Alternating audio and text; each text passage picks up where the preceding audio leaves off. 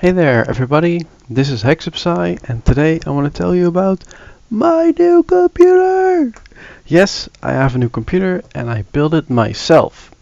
So with this video I want to explain a bit about how I got there, the things you can do to start building your own computer. But first, let's talk about the future of this channel and look into the description of this video. If parts don't interest you, skip them, go watch the parts you want to see. And so we'll get started. So what am I going to do with this channel? Well, first of all, I no longer play Rapples. It was a fun game, but over a summer break I got bored with the grinding, I got sick of the drama, friends were leaving the game, and I just started getting interested in other games. And these games I want to show to you guys. Most of these games are single player games with campaigns. I like sweet graphics, I like a good story, I love the freedom in games. So these are the things I'm going to show you guys. Some of these games are not very recent and not everything is well known. So I hope that's a good reason for you to subscribe to my channel and to find out about new games you may have missed in the last couple of years. Other than that, if you have anything you want to see from these games, ask me, leave a comment in the comment section. If I'm interested, if it's possible, then I will feature these things on the channel. Now let's talk about where to start. When you want a new computer, you can go to the store and buy whatever they sell you, whatever you can afford. But you will not really get what you really want. I guarantee it. There are thousands of parts out there, millions of combinations, and there is always a better price. But all of this can be very confusing and overwhelming. So I'm here to make a few suggestions on how to get you started. First, subscribe to two YouTube channels, Linus Tech Tips and Tech of Tomorrow. Both channels deal with new hardware, they explain many things, give reviews on the hardware, they give you info on price and performance. They show you the up and down sides of parts. They are really great channels and they give you all the information you need. Both from YouTube and other sites you can get benchmarks that can give you a lot of information. They show test results instead of the specs that manufacturers offer you. So they give you a look into the real performance of the hardware that you're going to buy. So look for benchmarks that resemble your build. There are so many benchmarks out there, yours is definitely in there. And there are also many benchmarks for games, so you can get an idea of what kind of frames per second you're going to get with that setup. Other things that you can look at are reviews. Usually very lengthy, multi-page articles, really full of information you're not interested in.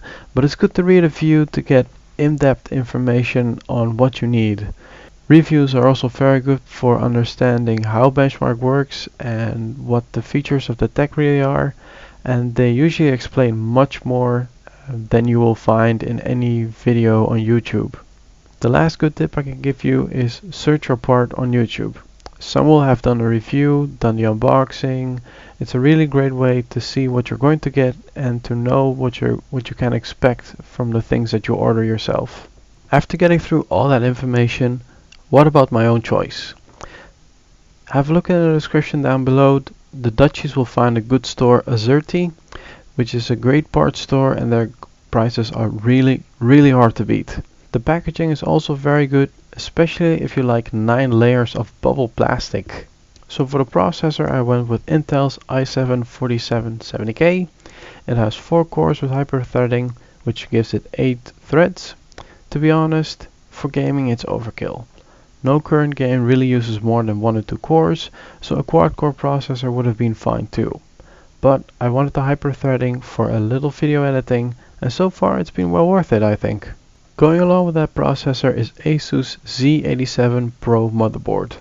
My choice for the motherboard was more expensive than it needed to be, but that's for a good reason. I personally am not really into overclocking, but the motherboard had a feature for that: 4-way optimization. It does all the tweaking, all the overclocking for me.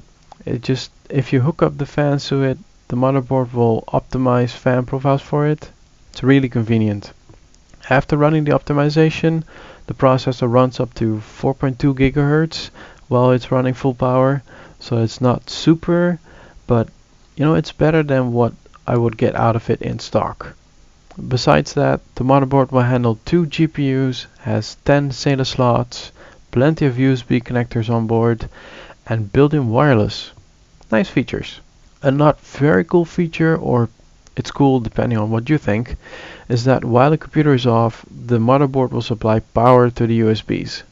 That's great for charging phones and other things that need power, but it sucks when you have bright LEDs on your mouse or keyboard that won't turn off. So at night, I have to cut all power to my computer. For cooling my GPU, I went with the Corsair H80i. I know the H8100 would have been better. I also know there are better options past the H100i, but I wanted a single slot radiator, and all the other options are all dual slot radiators. Why, you ask? Well, that has to do with my case, and I will come back to that later. The H100i works pretty well, and even during video editing it keeps my CPU pretty cool. Its noise level is also pretty good. It's not quiet, but if you keep your head above the desk, you will not hear the fans. I'm also using the stock fans on it. I tried replacing them with other fans from Corsair, but you need 4-pin fans for that, or else the fans will be running at full speed and be noisy. So if you want something more stylish, something more quiet, get 4-pin fans. For memory, I went with Mushkin's Blackline 2x8GB RAM running at 2133 MHz. Personally, if you don't really care about the looks, look at the price, and look hard. I was originally looking at a stylish 1600 MHz RAM, but then found out I could get faster RAM for the exact same price. So obviously I went with the faster RAM. I chose just 2 sticks since the 16GB over 4 sticks had also about the same price, and using only sticks will allow me to upgrade later if I ever feel the need to.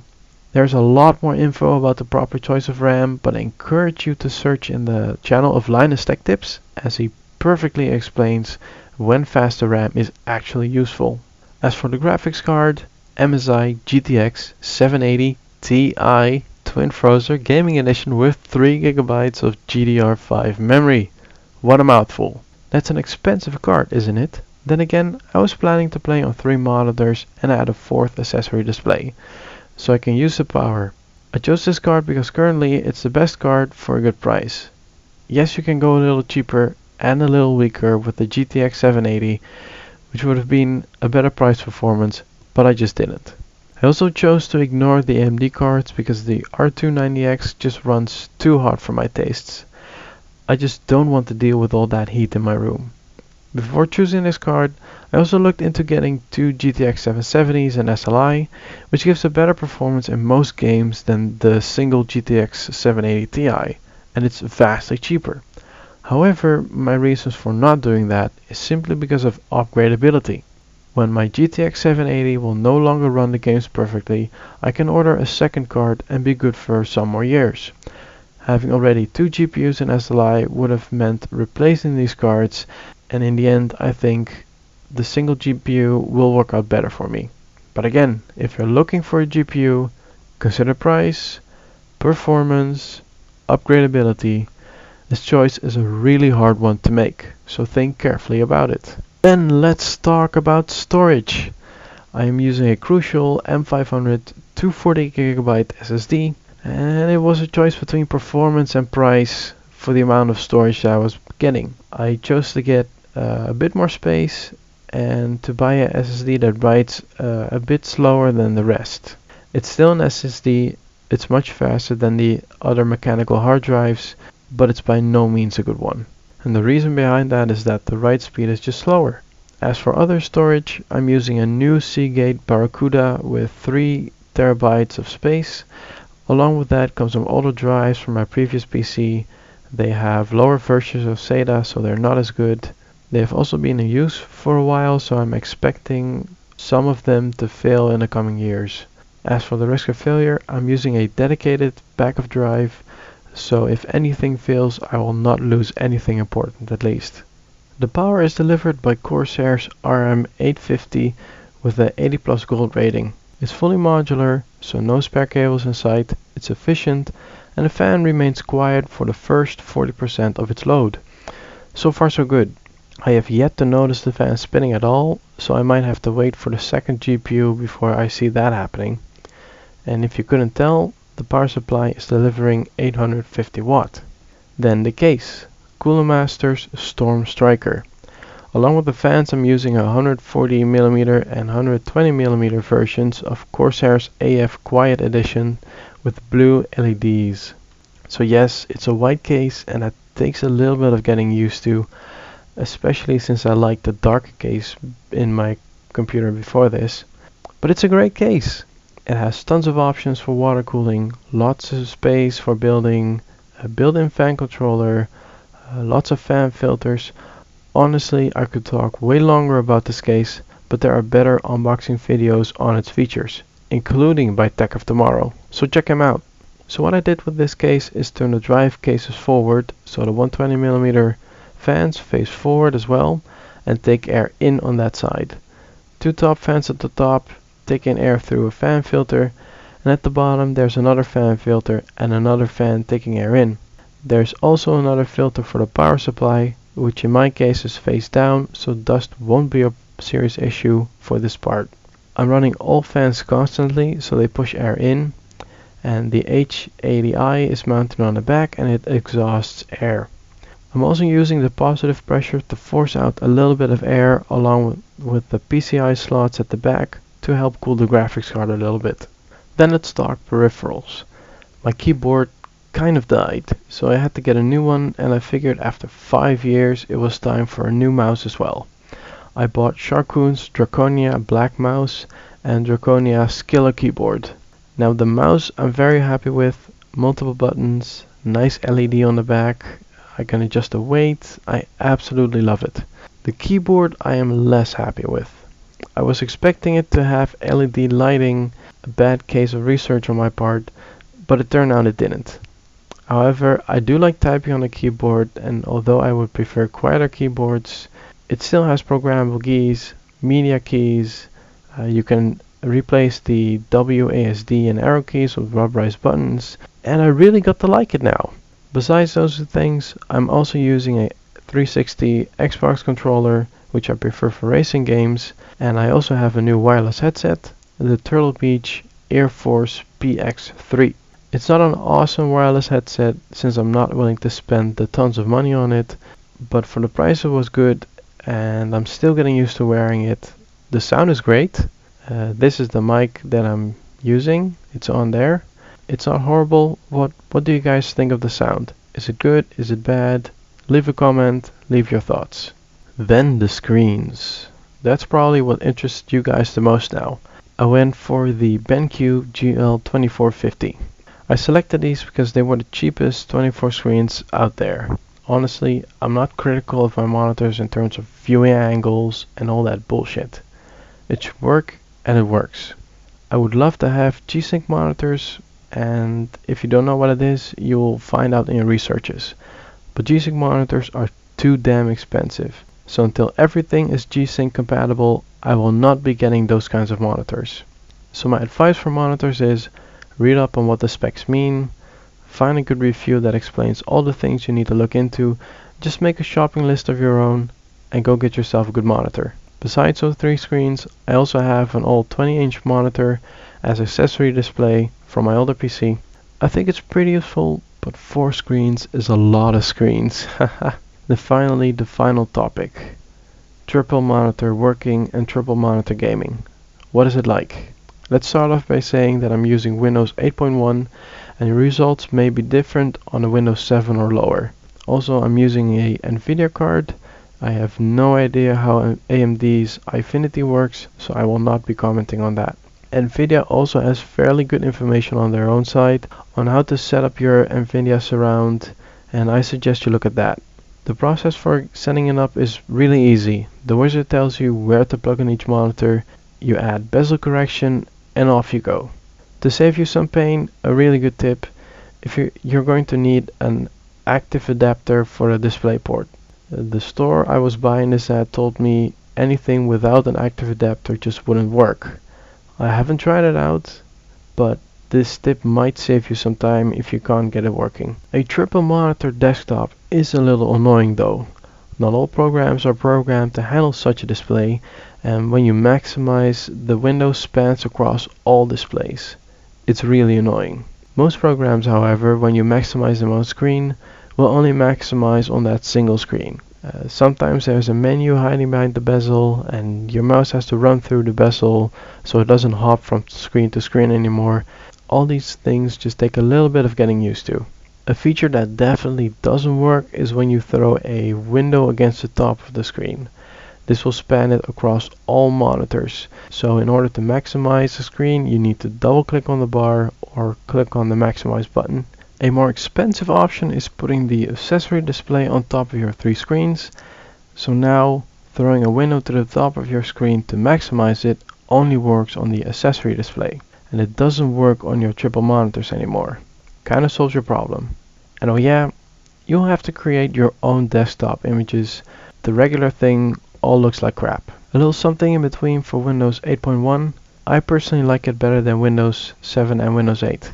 The OS is lighter than Windows 7 and it makes a few good improvements on the Windows 8.0.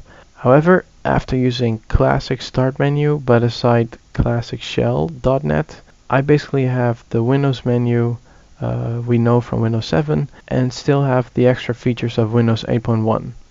So to me, the combination Windows 8.1 and Classic Start Menu makes the best of both OSs. Now back to the triple monitors. My experience in games vary. Some are good, some isn't so good. To give you that surround feeling, the edges of the monitors are warped. So if you sit close enough, it really feels like it sucks you into the game. But the warping sometimes is a little bit extreme. In Anno 2070, a kind of city building game, buildings on the edge of your screen look like they're falling over. Even though you have a better overview, it's not that pleasant to work with, or it takes some getting used to. Take another game like Assassin's Creed Black Flag 4. It's cool, but again, the edges are warped a bit strong in the cities. It looks like your NPCs are going to fall over and they're really stretched out. But it's good for looking around corners. However, on a ship it's absolutely awesome. You can really appreciate controlling that ship. You can really appreciate the detail and the amount of work they put into the sea. And also, if you play racing games, it is awesome. Your surroundings are rushing by you. It's really, really amazing. Gives you a really strong sense of speed. Definitely worth getting multiple screens if you're into racing games. And lastly, look at games that do not natively support triple monitor gaming. To give you an example, Skyrim. There isn't even an option for the resolution you want to play at, but thankfully there is a way around it. Have a look at wsgf.org. There's a massive list of all kinds of games and ways you can make them play on triple monitors. A very useful program from that site is Flawless Widescreen. The program installs a plugin that will kick in when you start the game, and it will automatically adjust the settings in game, like change the settings of the HUD or other things that make your game look better on the triple monitors. It is a bit difficult to set up the first time, but after getting it right, it becomes a quick and easy fix. To go back to Skyrim, to get it working, I had to adjust its ini file to my resolution. Then I had to start up Flawless Widescreen, run the plugin, and just start the game. Really, the hardest part was finding the ini file. And I guess that kind of wraps up what I wanted to say to you guys. I hope you appreciate the update. I hope it inspired you to building your own PC. I found it very useful to get back into editing videos, and hopefully see you until the next game feature. Thank you for listening, and this was HexerPsy. Bye bye.